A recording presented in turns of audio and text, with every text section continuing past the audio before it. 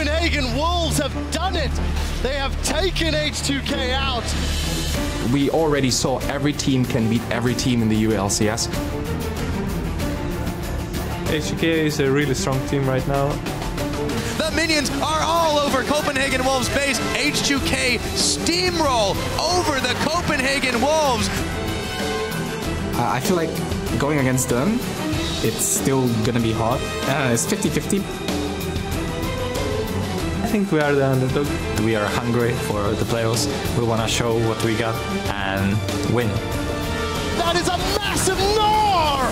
Copenhagen Wolves lock H2k up.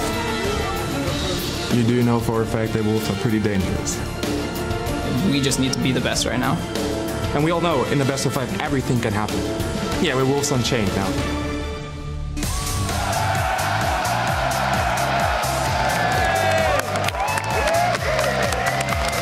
Welcome to the 2015 European League Championship Series Spring Playoffs. We're broadcasting to you live from our studio in Berlin, Germany, as our 4 quarterfinal teams take the next step on the road towards the Summoners Cup. Everything is getting on the way here in the studio. As you saw, the fans are lining up outside. The sun is shining. The atmosphere is high flow. Youngbuck is having a little bit of fun as the Copenhagen Wolves enter the building with, of course, their coach Dentist ready to take on the action. Their H2k setting up on stage. Odo Wamne setting up as well and getting ready to step up in his quarterfinal. I'm Evje Schok, and joining me at the analyst desk today is Trevor Quickshot Henry and the former coach for Meet Your Makers, Jakob Yamato Cannon Mebdi. Welcome to the playoffs. Thank you very much. Yeah, well, we're going to dip right into it and know that this time we are on patch 5.6 for the entirety of the playoffs, so another thing to adjust to for the teams. What has been the biggest change for you? Because Athene's Unholy Grail, it almost seems like the item has a bigger impact than the rest. Yeah, most definitely. Like, the champions that use it, like, for example, Orianna, are going to be stronger. But what I want to point out, which is the most important factor in this matchup, for example, is the fact that assassins are weaker. Like, Ori is weaker, LeBlanc is weaker, and I think that is what's going to come into play the most this patch. Yeah, and I think if you look at the rest of the lanes and the rest of the roles, not a whole lot has changed. There's some jungle XP changes, the Rift Scuttler gives way less vision, but all in all, 5.6 should be more of the same from 5.5, except for some changes there in that mid lane. And it is, of course, the patch we're going to play on through the entirety of the playoffs. Yeah, we'll see what the teams pull out on this new patch. And turning back to the European LCS, let's take a look at the playoff bracket. The first match we've got coming up here is H2k versus the Copenhagen Wolves, best of 5. Then tomorrow, Gambit versus the Unicorns of Love, with SK and Fnatic waiting to take on those teams in the semifinals, and the team that ends up winning the playoffs will lock in their spot for the mid-season invitational. And the NA playoffs also start today, and actually immediately following our broadcast from Berlin, you'll see CLG versus Team Liquid. Something else I want to touch on before we go into match intro is what's new this season, the way the teams qualify for Worlds. They're going to rank up championship points. If you get to the quarterfinal or beyond, you get at least 10 points, 30 points if you get to the semifinal, and a team that has the most points, at the end of the summer split gets to go to Worlds, and this is just a totally different approach for the teams as well. Yeah, it's a completely different mindset because you have to be consistently good for a longer period of time. You simply cannot afford to say, hey, I'm top 6 playoffs, I can now rest on my laurels, I'm back in summer split. If you want to make it to Worlds, you have to step up, go as far as you can in the playoffs to accrue as many points as possible. Yeah, most definitely. Like, this addition together with the auto relegation it kind of forces teams to care throughout the split, and I like the addition of these rules, even though we got auto-relegated. Yeah, definitely. Let's not touch on that anymore. Anyway, you can still get tickets for the spring finals for both days. That'll be going on in the Palacio Vistalegre in Madrid, Spain, April 18th and 19th. We'll be seeing SK Gaming and Fnatic there, and the other 2 teams will know by tomorrow night. Go over to lolesports.com for all the info and tickets as usual, of course. For now, though, we want to check in with you guys at home and know what you are thinking. Tweet at LOLesports and tell us which quarterfinal team has the best chance at going to the finals and why. I'd like to turn to our panel as well. Jacob? Well, most definitely H2k. I think they are the team that has the most refined way of playing. They play at a high level. They don't play, like, base their play on the enemy's mistakes, and they don't really, like, they make some mistakes here and there, but their play is very, very refined, and I can see them in the future as well as in this playoffs that they will become like a top contender in Europe. Yeah, well, seeing as though you took my answer, I'm going to have to pick another one. I think Unicorns of Love is the only other team that I think of the remaining Gambit, Copenhagen Wolves, UOL have a slim chance. They've shown in best of fives they can surprise. They took down TSM last year. They, qualified after being 0-2 down during the promotion tournament. So I think that's the only other squad, but I think it's slim. I think of the four, H2k's got the highest likelihood. I agree. All right. Well, let us know what you guys think, and remember to tweet at LL Esports using that hashtag LCS, and we'll discuss your answers later right here on the desk. So let's dive into our matchup we have on our hands today. The 3rd seed H2k Gaming versus the 6th seed, the Copenhagen Wolves, 1-1 in the regular season. And of course, Copenhagen Wolves beat H2k 3-0 last time when H2k tried to qualify through the spring promotion tournament. Yeah, and it's actually really interesting you bring that up, because Copenhagen Wolves have shown through all the iterations in best of fives when they have to re-qualify for the LCS, they've won every single time. Yeah. H2k took 3 tries, failed all of them, and needed an expansion tournament to get in. So in terms of who has more skill in a best of 5 series, it's heavily in favor of the Wolves. Yeah, we'll see. But we will start by taking a look at the lineup for H2k, as they will be on the blue side for this one. Odawamne, Lulex, Ryu, Yarnan, Kasing, and their coach Prolly. If we look at the story of their season, as you said, Challenger getting in through the expansion tournament, a slow start, but since the addition of Kasing, fantastic run for H2k, and just being very strong as a team as opposed to individual stars.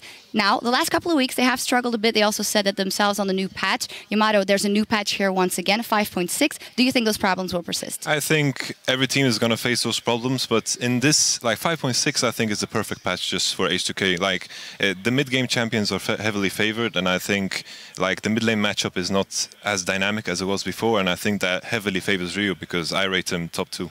Oh, wow. Well, a little bit more on that in a second. I also want to touch on the top lane. Odawamne, people have said, well, he hasn't been that inventive since he's been in the LCS, but maybe he doesn't need to be. He definitely doesn't need to be. He plays the meta picks, and for example, the game against Michimakers Us, though, like he brought out Lulu. I didn't expect that from him because we've only seen him on tanks, so I can kind of expect him to play as well Hecarim today. Oh, with some surprises. I think if you look at H2k as a team, this is the perfect definition of the sum of their parts is greater than any individual. There's no single one person you look at. It's like that is the hard carry on the team. They just work well together. They make the right decisions. And something that we've been singing their praises the entire split is how H2k sort of go even at about 10 minutes, and between 10 and 20 minutes they accelerate this massive gold lead. They always push their lanes, they always take towers, and they do this over and over. You can see we actually wanted to visualize this for you. This is H2k's goal difference at 10 minutes. Look at the difference at 20 minutes. We have to literally rescale the entire graph just to show you how successful this team is in the mid game. The reason this is so important in this matchup, H2k and their control in the mid game straight out of the laning phase is the biggest area where they can punish the Copenhagen Wolves. Copenhagen Wolves do well individually in the lanes, but then they fall to pieces completely in the mid game. If we look at a similar graph for the Copenhagen Wolves, we can pull that one up. You'll see at 20 minutes, this is the Copenhagen Wolves goal difference. They're down in the majority of their games. And you can see they lose those, the vast majority. 4 of those negative values have resulted in victories.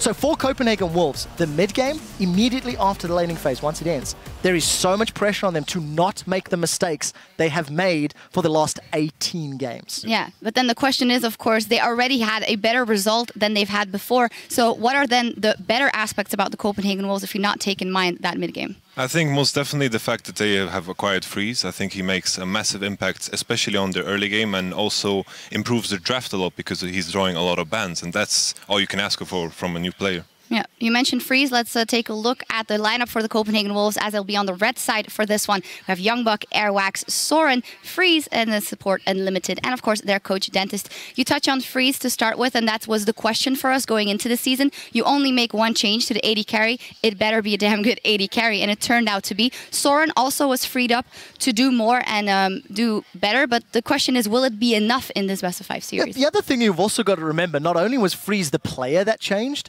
but the format of the team environment. Dentist came in as a coach. He's been one of the most vocal. And as a team, every time you look at them, you seem to feel like they're all on the same page. They're all friends. They're working towards the same goals. In their victories and their losses, they're always jovial. They're always a happy team.